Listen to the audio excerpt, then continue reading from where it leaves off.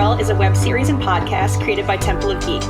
At the core of the project is the importance of telling the stories of women who have found inspiration, growth, and power through fandom. My name is Jenna Wren, and I'm the host of the Portrait of a Fangirl podcast.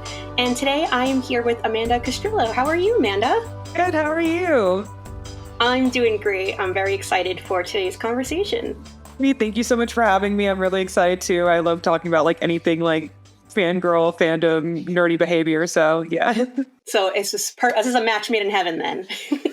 Can you just tell us a little bit about yourself and what you do? So yeah, my name is Amanda. I am a content creator, influencer, social producer. I mainly talk about media, commentary, comedy, sometimes just whatever is also going on at the moment.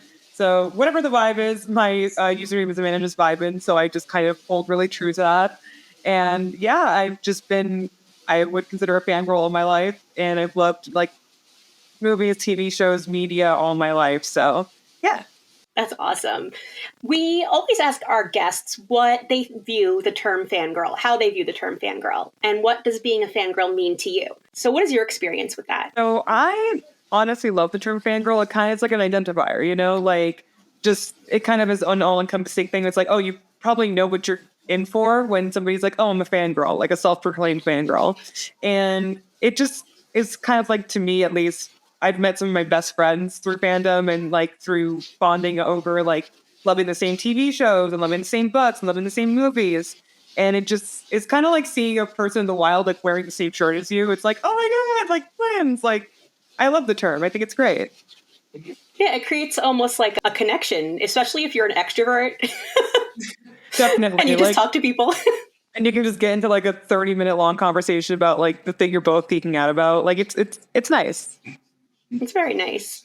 What was the first moment you really found yourself fangirling over something? Definitely, I'm a massive Avatar nerd. I love Avatar: The Last Airbender. And when that show first came out in 2005, 19 years, Jesus, I just was fully immersed in it. And I was like, this is awesome. I want to make stuff like this. I want to talk about stuff like this. I want to do stuff like this all the time. And so I just got really immersed into that. And it just kind of steamrolled into different book fandoms, like the Hunger Games, and different just liking different movies, and just kind of immersing myself within movies, TV shows, and just overall media in general. Right. So Avatar: The Last Airbender really is kind of what put you on the path that got you to where you are today. Funnily enough, in a lot of aspects, yes. Because I just kind of loved everything about it. I don't know why I gravitated to it so much. I watched it when it first came out, and it was just so rich in storytelling and characterization and just magic and so many cool things. And I was like, oh, this is awesome. Why do I want to do math when I can do that? It was just I kind of fell in love with the art of storytelling and the art of just animation, and it influenced so much. I went into media arts animation when I went to college because of that series and series like it. So it's been a thing that kind of it gave me the inspiration to do everything I've ever wanted to do, basically. That's fantastic. And it is kind of a shame that it was marketed as a kids show, because I personally think it is some of the best writing in a series that you're going to find out there. And I think too, especially with animation, people automatically kind of look at it and they're like, oh, it's a juvenile thing. Or unless you ask me maybe Family Guy, where you're like, oh, wait, it's either juvenile or it's raunchy. There's no in between. Yep. And it's it's a medium. It's just a way to tell a story. It's not necessarily indicative of what age group it's for. And even if it is targeted toward a younger demographic, I still think it's worth telling young people good stories, I think it's still worth not dumbing things down and trusting your audience and just making something really cool that everyone from every demographic can enjoy. Right. And I've actually seen your content recently with the live action Avatar, and I just love all the skits you do and your reviews. How did you feel seeing now something you've loved as a child brought to life in real life? I always said, Avatar is one of those series where I wish I could watch it for the first time again. And I felt I could do that. When I saw the live action come out, do I have a lot of opinions on it? Absolutely. Do I feel certain ways about certain things? Yes, I have my opinions. But it was still kind of that nostalgic, oh my God, I get to watch it for the first time. And it was really cool that I got to go to the premiere. And so it was like watching it in like the best way possible. And so it was kind of like a full circle moment where I was like, oh my God, like this is really happening. I think I would have like my younger self would have definitely geeked out finding out what I was able to do. That's so cool. I can only imagine, especially when it's something that was a big part of your childhood and now it's back in your adult life. That's fantastic. Yeah, and I've been lucky enough to like work with some of the cast of Avatar, like Dante, Janet, like they've been great. So like, because I also work on like, so I work in social media, so like it's Right. just been really cool to like kind of work with the people and like work around the people that made the things that I love so much, and like are basically the reason why I'm doing all this stuff in the first place. So it That's was just beautiful. a really cool experience. I'm so happy that you got that. It's very touching to imagine. Thank you. So you mentioned you were at the premiere, and I know you are a regular guest at a lot of red carpet events. Do you remember your first high profile event? I do. My very first ever red carpet premiere was Spider-Man: No Way Home, which Oh, is a crazy one to have, right? Like it that's was a my big one. first experience, and it was during like the first year of COVID, like 2021. So we were still like masked up, and like there were still protocols. I was still like swabbing my nose for things. Like it was just like it was the first time I'd ever done anything like that, while also like the most nuts thing in the world was also going on. So like I never thought that I would be like doing that kind of stuff while also like again masked up, just out of quarantine, just out of doing all these things. And it was insane. I just kind of remember getting the invitation. I was actually on the way to a smaller event for a screening, and I got the email for it, and I literally screamed, and my husband was like, "Is everything okay? Are you good?" And I was like, "Yeah, we're going to Spider-Man." Like it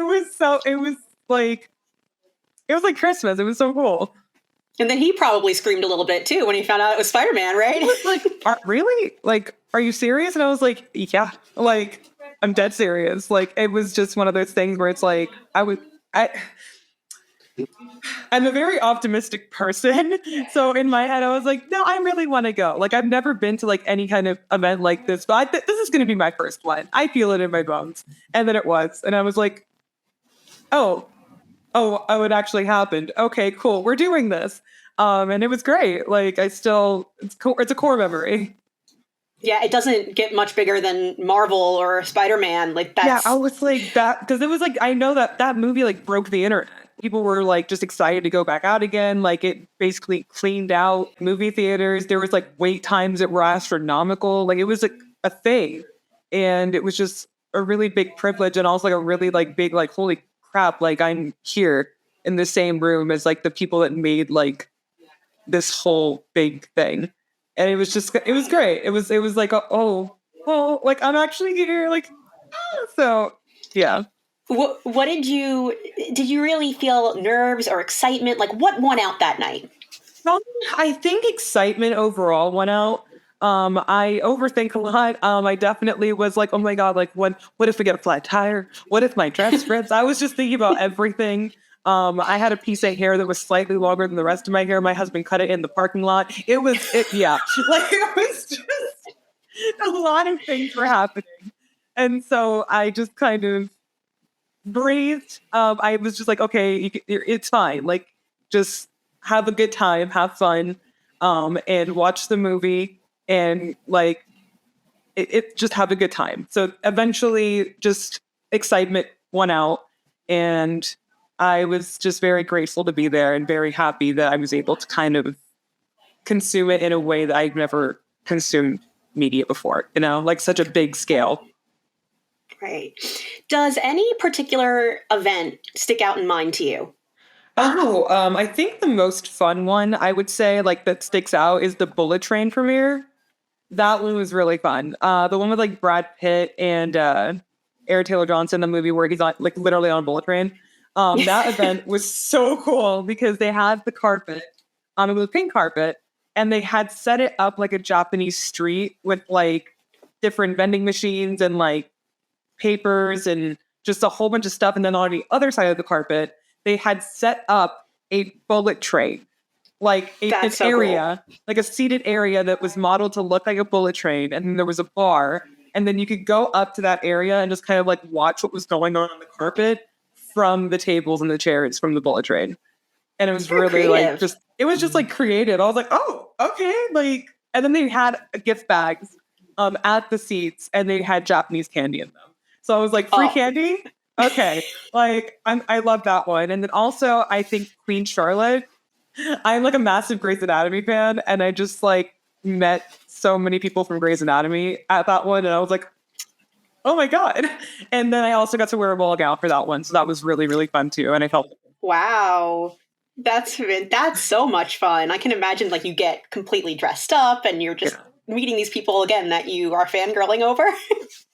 it's great. Like, it's super nice. I've had like really good experiences. Nowadays, I still get like anxiety and nerves, especially before like going.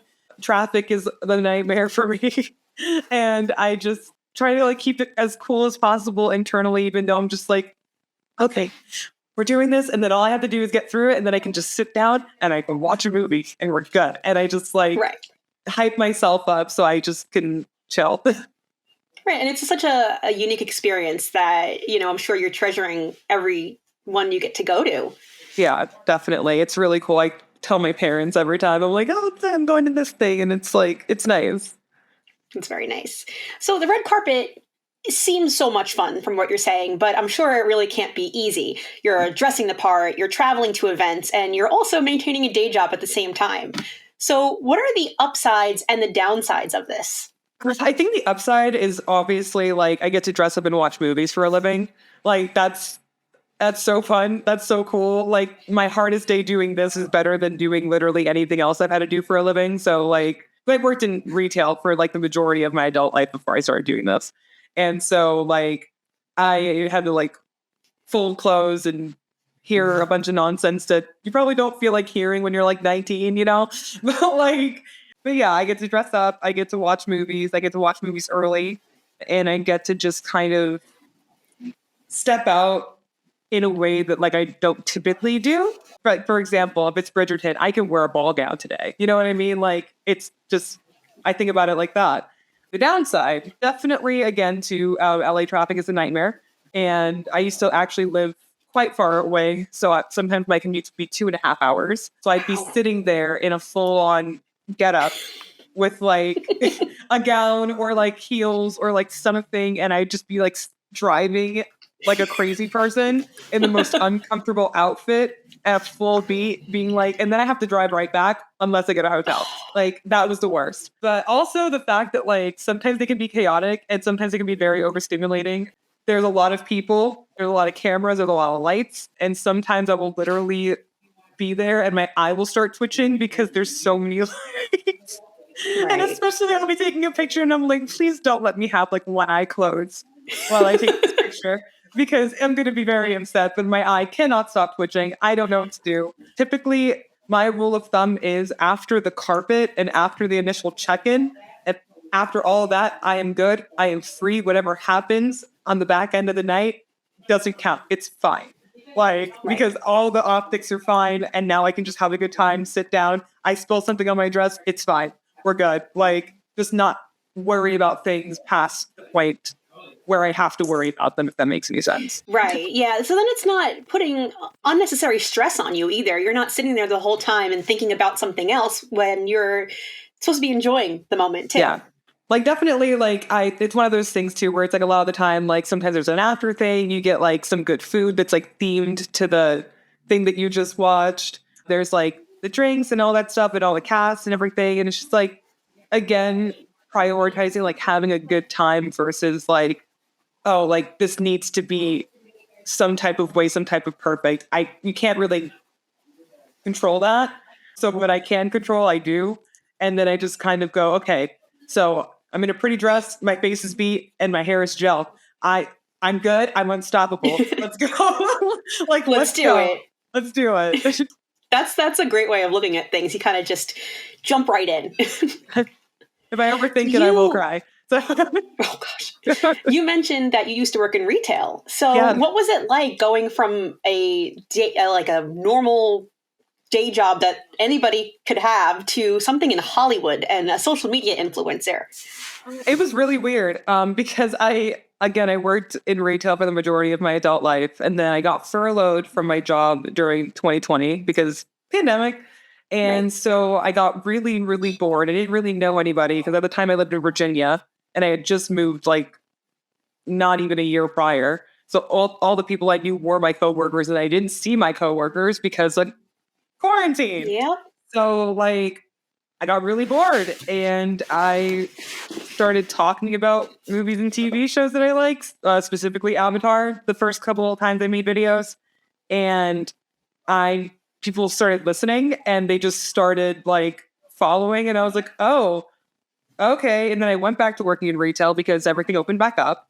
So I was kind of doing social media while also working in retail. And then eventually I did move to California. Still was working in retail. I didn't stop working in retail until 2 years ago. Wow. Yeah, I just got here. I just got here. Yeah. And so while like I was still working in retail when I went to Spider-Man. Like I literally I still had that job. And I just kind of thought about it and I was like, well, there were some times when I would be working and it would kind of prevent me from doing the stuff that I wanted to do. It prevented me from like going to things that I'd been invited to. It prevented me from just expanding beyond working in retail. And I just knew I didn't want to do that for the rest of my life. So I quit. Um, and I just kind of crossed my fingers and I started applying to jobs. And I was like, I really hope this works. And then I got my job as a social producer at Paramount in March. It's going to be 2 years next week, actually, March of Wow. 2022. And I cried on my kitchen floor because I was really happy that I had gotten a job that was in retail. And That's then so sweet. I've been there since. And I also still do my stuff on the side and have just been basically curating my platform since then and going to events and doing all this stuff. But yeah, I just stopped working in retail 2 years ago. So Wow. yeah. It was a big leap of faith to make that change. Yeah, it was. I remember calling my parents. Funnily enough, one of the reasons I quit is because I got COVID. Oh Yeah, no. I got COVID, and then they asked me when I would be back because the girls there were working long hours. Mind you, I had COVID, so I couldn't really go back until like not only HR but like the government at the time was like, "You're clear to go Right. back." I cried about that, called my parents, and they were like, "Quit," and I was like, "I do not have a job lined up," and they were like, "You will figure it out," and I was like, "I guess I'll figure it out," and then I did. Wow. What an awesome support system you have, though, because Yeah, that's a big I'm move. really fortunate. My husband's great. My parents, like, they all are very supportive of everything that I do, as crazy as it looks. The ideas that I have, that I'm like, you know what? I think I'm just going to decide that I want to do this today. And they're like, okay. And then they support me, and it's nice to have that because it could be worse. I definitely could be doing all this crazy stuff and not have any support. So, like, but I think another reason why I am where I am is because of that support. So, Right. You have a network of people who are there to lift you up and really support you. yeah, definitely. That's lovely to see. So you have a very big social media following. And a lot of times, the bigger your presence is on social media, the more trolls you'll come across, the more toxicity you see. So how do you personally handle these negative impacts on social media? I won't lie, they used to like kind of get to me more, especially when I first started doing it because I wasn't used to it. Like I wasn't used to having like thousands of people, sometimes millions of people like listening to me all at once. And it wasn't something I had any experience with before. So it used to hit me a lot harder. But nowadays, like especially now, I'm just, oh, like I will so quickly block somebody or just like delete a comment. Like, it's my house. Like, you know what I mean? Yeah. And it's not something as little as like, oh, maybe we have like differing opinions or like, it's not like things like that. Like if you're coming at me, like insulting my appearance or insulting like something that like has nothing to do with like the task at hand or just like coming in to break dishes, like get out, you know? Right. Like I just go, okay, this is not relevant to the plot. And I just don't give them access anymore. And on top of that too, I kind of take things from whom they come. So I'm just like, okay, you only saw like a 30-second video of me and you're making all these assumptions. And then I will look at their profile and it's like a 20-year-old guy from like Nebraska. And I'm like, okay, like, Okay, so I'm not gonna put it into context. Yeah. Why would like? And then sometimes too, like sometimes when I'm feeling a little bit saucy, and I'll see something really funny, something I think is like personally created. Sometimes I'll rate the hate comments, and I'll just put like 2 out of 10, like points for the audacity, but like -8 for everything else. And I'll just do that. And typically, like I don't really get a lot of hate. I don't know if it's because of that or if it's because like I don't know. I kind of try to stay in my lane on things that I don't really know that much about. So I just kind of don't engage with things that if it's not relevant, I'm not going to talk about it. You know what I mean? Right. So, but yeah, typically whenever I get like comments like that, I just kind of make a game out of it because like you'll go crazy if you don't. Like if you're not laughing, you're crying. So at least that's what I say. So I'm just like, oh, like, hey, comment, cool. I literally don't know you. You don't know me. And you would never say this to my face. So be gone, fool. Like, I kind of have to think about that. Think about it like that. That is the best advice I think you could give somebody. Be gone, fool. I have control over it. I could just leave. It's the digital version of telling somebody to leave your house. Like, just go. Right. You don't need to give them the time of day or the satisfaction that you're even listening to what they have to say. 9 times out of 10, like, I'm cool. If you're not being like racist, sexist, homophobic, any kind of like, if you're not being an asshole, like you can stay. But if you're like being a jerk for no reason, it's not relevant to the plot. Like, okay, bye. Like, I love that. On top of these trolls and the negativity that you've had to endure from critics, you've also had to deal with a lot of racism and misogyny. Yeah. How do you power through that and cope? Again, taking a lot of it from whom it comes and just honestly not taking a lot of things personally. Unfortunately, I've noticed too, like sometimes I would try sometimes to like sway somebody and be like, hey, maybe don't like think like that. And a lot of the times it wouldn't work and I would just be wasting my breath.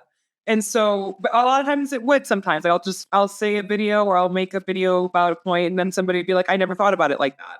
And so I kind of focus on what I can change and what I can. And I know how I come across. I think I'm pretty self-aware. And I just kind of have to be confident in the fact of like, okay, this is me. I can't really change that. What I can do is do what I know how to do. And that's talk about things that I love and share things that I love and share perspectives that I have and experiences that I have that hopefully resonate with other people. And if somebody doesn't want to listen to that for whatever reason, whether it be my gender, my sexuality, my race, I can't really do anything about that. And it's unfortunate. And I really wish they weren't like that. But again, I can't really waste the time on it. There's a whole group of people that think I should not exist, you know? Like there's a whole group of people that confidently say like the most heinous things about people like me. And it's like I know what I can do. I know what is in my capacity and it is in my power to do. And I'm not going to get anything done if I focus on the people that don't want me to get anything done. And so I just kind of think about it that way. Again, it was a lot harder when I started because I was confronted with things I had never been confronted with from everywhere. Because again, thousands, millions of people have access to you all of a sudden. And I would sometimes, have my moments, cry about it, like not be doing good, but I kind of developed this system of like, okay, and here's just another jerk. And thank you. I'm done with that. I'm going to just continue to do what I'm doing, regardless of what anybody has to say about it, Right. If your energy could be spent, changing minds, that's one thing. But like you said, some people, you're not going to be able to change minds. It's sad. Some people are dedicated to misunderstanding you. Some people are dedicated to only being right. Some people are dedicated to just not wanting to hear somebody beyond a very surface level. And again, sometimes I'll say something and it'll change somebody's perspective. And then sometimes I'll say something and they'll call me a slur. Like, it's a mixed bag, Like, it's a mixed bag. That's your comeback. Like, it's like, okay, and that's all you had to say. Like, okay, but what happened to the plot? You know what I mean? And I just kind of have to think about it that way. I can't overthink it because if I do, then I'll never do anything. Like, how do you try to use your platform to elevate the voices of people of color and people in the LGBT community, other minorities? How do you use your platform to try to give a voice to these that aren't heard? A lot of the times talking about stuff that they're in, like if they're creatives, they're actors, if they are writers, if they are some, like, if there's any kind of representation in anything that I'm watching, like I'll make sure to bring attention to that thing and be like, hey, if you like this kind of thing, try watching this. Like, and then it'll just have a wide array of people. It's not necessarily, I wouldn't necessarily put it in a category of like, oh, this is like the the person of color of the week. You know what I mean? Like, it's not like that. It's more so like, I like this thing. It happens to have a lot of people from a lot of different demographics. Maybe you guys will like this thing. And I also think about it with myself and my friends and the people that I associate with, and just making sure that, like, if there has something cool going on, I just kind of put it on my story and be like, hey, you like comedy? My friend's doing this thing in like this city at this time. You should go. And just showing my support in activity rather than like words, if that makes any sense. And just being like, hey, I like these things. This is my values. This is what I want. The message I would like other people to see. And I'll just present it in a way of like, hey, I like this. Maybe you will too.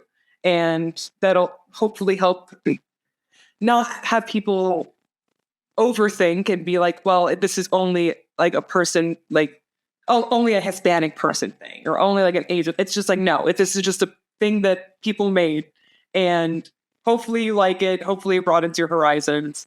And it just also associating yourself with like different groups and different people and different like demographics, and not just kind of staying in your own echo chamber. I think that also really helps, because it also helps you see different perspectives, and also helps you be like, hey, okay, I have this influence. I have these numbers. Like, now I can kind of like put the branch back and like put the rope back, and hopefully so like other people can come along and fill that space as well. So yeah, I just try to be actively like pushing things that have different voices. Right. It's using this following that you've curated to basically give a voice to these communities and these sort of projects. Yeah, definitely. So speaking of your social media following, did you ever envision yourself becoming an influencer with this sort of following? I was a theater kid. If I envisioned anything, I envisioned like, I was a chorus kid, a theater kid, did band for like 3 years. I was always a kid that like wanted to perform in some capacity. So I just always wanted to like perform and share things and tell stories to an audience. I wasn't sitting at home at like 12 being like, my dream is to be an influencer. Like, that wasn't really the goal. And also because that wasn't really a thing when I was a kid. So like, I just kind of wasn't thinking about it that way. It just didn't exist. It didn't exist. Yeah. And so like the opportunity just kind of presented itself again during the pandemic, and just the kind of surprise that like, oh, I'm talking and people are actually listening and they want me to talk more about things that I like. Oh, this is great. I was just like, this is awesome. And I can do this for days. I can be a nerd and just talk about like the stuff I really like, and people will just be like, hey, can you do that again? And it's like, yeah, I can. So like, it's great. It's a cool little thing I kind of tripped and fell into. I definitely want to like kind of branch out. I love to write, so I want to like do writing again, make things, tell stories. And so this is a kind of a nice little avenue to have. Like, okay, I already know how to like keep an audience, so why not use that skill set for other things? And I'm really excited to see like where it goes. Well, I'm excited to see too. I'm going to follow you along and see where you go. I love this. So you mentioned that, you were a theater kid and all that. So in college, you mentioned you studied animation? Yeah, I have a BFA in media arts animation. Technically it's fine arts, but with a focus in media arts animation. And I actually drew for most of my life too. I was an artist, and I did digital painting. I did graphite, charcoal pieces, stuff like that. If you scroll all the way to like the olden times of my Instagram page, I have some of my work there. I, again, was very inspired by things like Avatar, just movies, TV shows, again, creating things, making stories, making all these different worlds. And I was like, oh, I originally was like, I want to be a concept artist. So I went to school for it, got my BFA, and then I moved, and it was really hard to find a job. And on top of that, after moving, shortly after that, a pandemic happened. So things just kind of changed and life just kind of went in different directions. And now I'm here. So, like, yeah. Right. You never know when you embark on something where you're going to end up. Yeah. So, when you are critiquing the fandoms that you love, like Avatar, for instance, what are the lines you walk? Like, does it make it hard for you to critique something that you love, or do you have any issues trying to stay more professional or more fangirly? That's one thing that, with the balance of doing this for a job and also doing it because I love it. One thing I funnily enough learned from Monica, honest but not cruel, and when it comes to talking about things, because at the end of the day, like, no matter what the quality is of something and no matter what happened, a lot of people work on it, and a lot of people probably also really love it, and they also just like wanted to share it with people. And like, who am I to like crap on somebody's like months long worth of work? You know what I mean? And so and when it comes to that, where it's like I have a lot of opinions on a lot of things, okay? Like, and I don't love everything either, and I don't despise everything either. But when it comes to things that I love and like critiquing things that I love, I exist in the middle of like I love to like things and I love to immerse myself in things and have a good time and be entertained. And if the baseline of that is met, yeah, I'll pretty much like it. Whether or not I fall in love with something is a different story. That's a lot of different factors as well. And if something is just like maybe functionally not great or like could have been done better or story wise was a little bit off, like I'll acknowledge that too. And I think it's important to critique things that we love because it A helps keep us from existing in an echo chamber, and Right. B, like it shows us how to make things better and how to improve things and how to make stories better and storytelling better and just overall evolving everything and making more art out of the art that we already have. And so I don't think it's a bad thing to critique things. I think it's the opposite. I think things should be looked at critically and people should think and people should like use their brains when they consume something because you'd be surprised at what you can find from it, you know? And I don't agree with the fact of like, oh, it's just a movie or it's just a like kids TV show or it's just a book. It's obviously it's not real, it's fake, but it still comes from someone. And it still comes from a lot of people and it still comes from a place of humanity.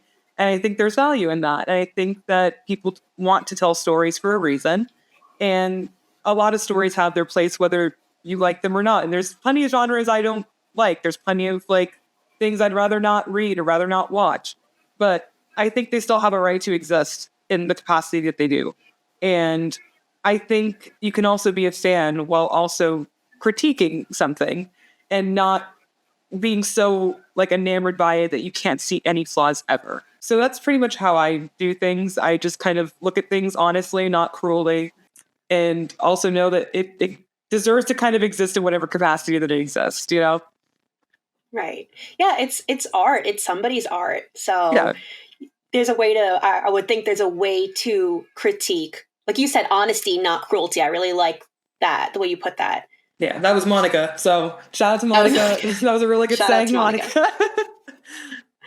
So how has working in the industry changed the way you view some of your favorite fandoms? You get very surprised at like how little people know about how things are made. That's one thing that I've had to grapple with is that public doesn't really know just how much goes into making movies and TV shows and producing these things. And so sometimes I'll see a take where I'm like, but were you there?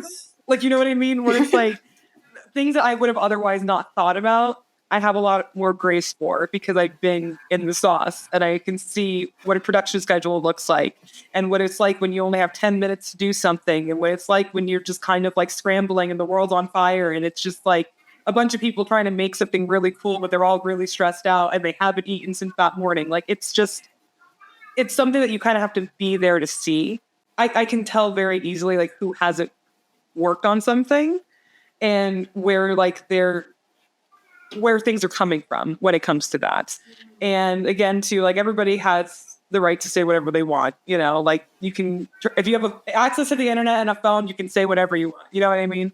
But I think it's changed the way that I interact with fandom is that I don't really interact with fandom as much as I did before because it's like you have a different relationship with it. And I still like love fandom culture, and I still engage with it, and I still am a fan myself, and I still consume a lot of like things that come from fandom culture, like cosplay and like going to conventions and stuff, and just like enjoying it that way.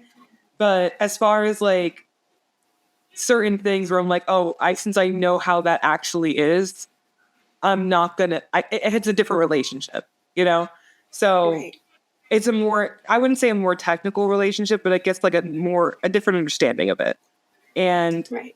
it makes me appreciate it in a different way. And I really also love the way that I have like it's taken a lot to kind of separate it too, where it's like, okay, this is time to just be a consumer and just consume something that I like, and this is the time to be critical and just not get those wires crossed too much, so that I can actually still enjoy things. So like you just kind of have to reel yourself back in and also kind of drown out what you know is not the case. But yeah, it's changed, but I'm also still like a massive fan of things. Like I still will go to something and be like, I'm here. Like, yeah. Right. There's a balance to be found. You can be a fangirl and a professional at the same time. Definitely. What do you wish people knew about being an influencer in this industry? Oh, I will say it is not the most difficult job I've ever done. Again, I worked in the service industry. Yeah. I've worked with people in a different capacity, in a capacity that I don't really want to do again. But I would say, though, it is not for the faint of heart. Again, you kind of have to create a filing cabinet of your life, because it's a very public job. It's a very in-your-face job. It's a very unconventional job that you can't really clock out of the same way that you could a 9 to 5. I work from home a lot. I have my phone on me, which is my main thing that I work on all the time. Like, you have to make conscious decisions to unplug from that and just be like a person for a bit and touch grass. As Yeah. crazy as it sounds, please go outside, please touch grass, please communicate with people that are not through a phone.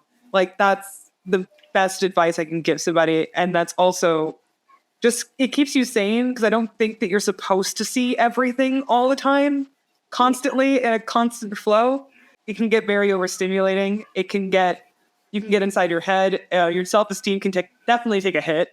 Like, it's a lot to not only watch yourself over and over and over and over and over again, and listen to yourself speak over and over again, and look at your own face all the time for hours over and over again, because you're editing and filming. And it's just, you spend a lot of time with yourself and a lot of time with just everyone and eyes looking at you all the time. But I think one of the things also is that, like, you really have to love it, and you really have to really want to say something. It makes it worth it when something good comes out of all of it. Like when when you change somebody's perspective, or when you are able to do something you've always wanted to do, or like go somewhere or meet somebody you've always wanted to meet. Like those moments where I'm like, actually life doesn't suck and this is great. Like it's a lot of give and take. I mean, you give a lot of yourself, and you have to choose which parts of yourself to give. And it can get difficult and it can get challenging, but at the end of the day, like, I don't really think I'd want to do anything else. I really do love the entertainment industry, and I love media, and I love telling stories, and I love being around creative people. So yeah, like, I think you just really have to love it. Yeah. And I think on that note, that's a beautiful way to wrap it all up today. So thank you very much, Amanda. I appreciate you taking your time and your energy to talk to me today. Thank you so much for having me. Like, I always love talking about, like, just being a Meriden, of course.